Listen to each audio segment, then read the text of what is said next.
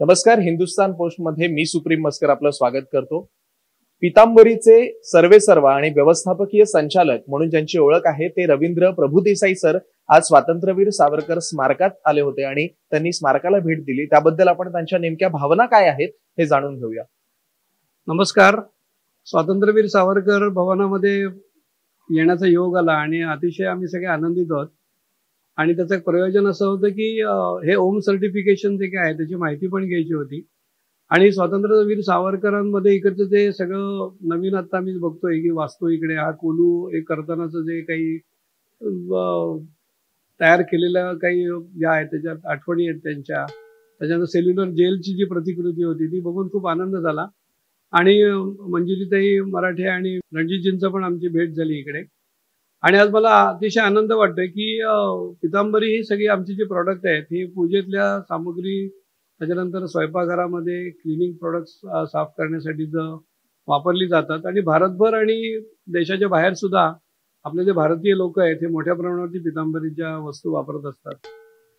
आज सर जर आपण बघितलं तर सगळीकडे हलाल सर्टिफिकेटची मागणी व्यावसायिकांकडून सुद्धा वाढलेली आहे. त्यात हिंदू व्यावसायिक सुद्धा आहेत आणि अशा वेळी ओम प्रमाणपत्र घेणं हे हिंदू व्यावसायिकांसाठी किती गरजेचं आहे आणि आपण त्या संपूर्ण पार्श्वभूमीवर स्वतः ओम प्रमाणपत्र आपण वापरणार आहात त्याबद्दल आपण काय सांगाल? आम्हाला पण असं त्यांनी मागे म्हटलं होतं की हलाल सर्टिफिकेशन तुम्ही घ्या, तुम्हाला घेतलं पाहिजे तर तुमचं सेल वगैरे वाढेल. आम्ही म्हटलं हलाल ज्याची आम्हाला काही गरज नाही. आणि आम्ही आता एवढी पितांबरीला 35 वर्ष झाली. आम्ही अरब असेल किंवा US, UK 26 देशांमध्ये आम्ही एक्सपोर्ट करतो. पण आम्ही म्हटलं हलाल घेण्याची आम्हाला काही गरजच नाहीये. कारण हिंदू जे भारतात बाहेर गेलेले आहेत सगळे तर तेच आमची पितांबरीची उत्पादनं वापरतात. आणि हलाल न घेता सुद्धा इतर धर्मीय किंवा इतर लोक वापरू शकतात. त्यामुळे आम्ही कधी हलाल सर्टिफिकेट घेतलं नाही आणि आम्हाला घेण्याची आवश्यकता पण वाटली नाही. पण आज जेव्हा मी इकडे आलो आणि पेपरांमध्ये सुद्धा मी वाचलं होतं की जेव्हा आपण स्वतः हिंदू आहोत आणि त्याचं जे आपलं प्रमाणपत्र ओम जे आहे तर ओम हे चिन्ह तर आपण म्हणतो की सगळ्याची सुरुवात म्हणजे ओमकारापासूनच आपण म्हणतो की ओम पासून सगळ्या ब्रह्माची सुरुवात झाली. म्हणजे ओमकारामध्ये ब्रह्मा विष्णू महेश आहेत.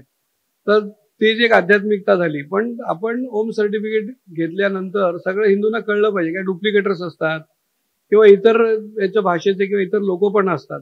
तर सगळ्यांना आता हे सांगण्याची गरज आहे की हिंदू इकॉनॉमी किंवा हिंदू राष्ट्र आपल्याला जर का प्रमोट करायचं असेल तर सगळ्यांनी ओम सर्टिफिकेट घेतलं पाहिजे आणि आपल्या पॅकवरती आपण छापलं पाहिजे. तर आम्ही आता गेल्याबरोबर पहिल्यांदा आमचं पुढचं पॅकिंग येईल त्याच्यामध्ये आम्ही ओम सर्टिफिकेशन घेऊ आम्ही.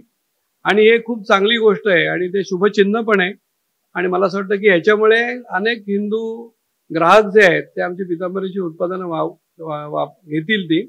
आणि त्याच्यात आमची सेल पण वृद्धी होईल आणि हिंदू इकॉनॉमीला सुद्धा एक चांगलं बळ मिळेल. आणि मी धन्यवाद देतो मंजिरीताईंना आणि रणजित सावरकरांना की त्यांनी आम्हाला त्याची माहिती दिली आणि आम्हाला सर्टिफिकेट घेण्यासाठी त्यांनी उद्युक्त केलं. धन्यवाद सर. आपण हिंदुस्तान पोस्टशी आणि संपूर्ण आमच्या टीमशी संवाद साधला त्याबद्दल धन्यवाद.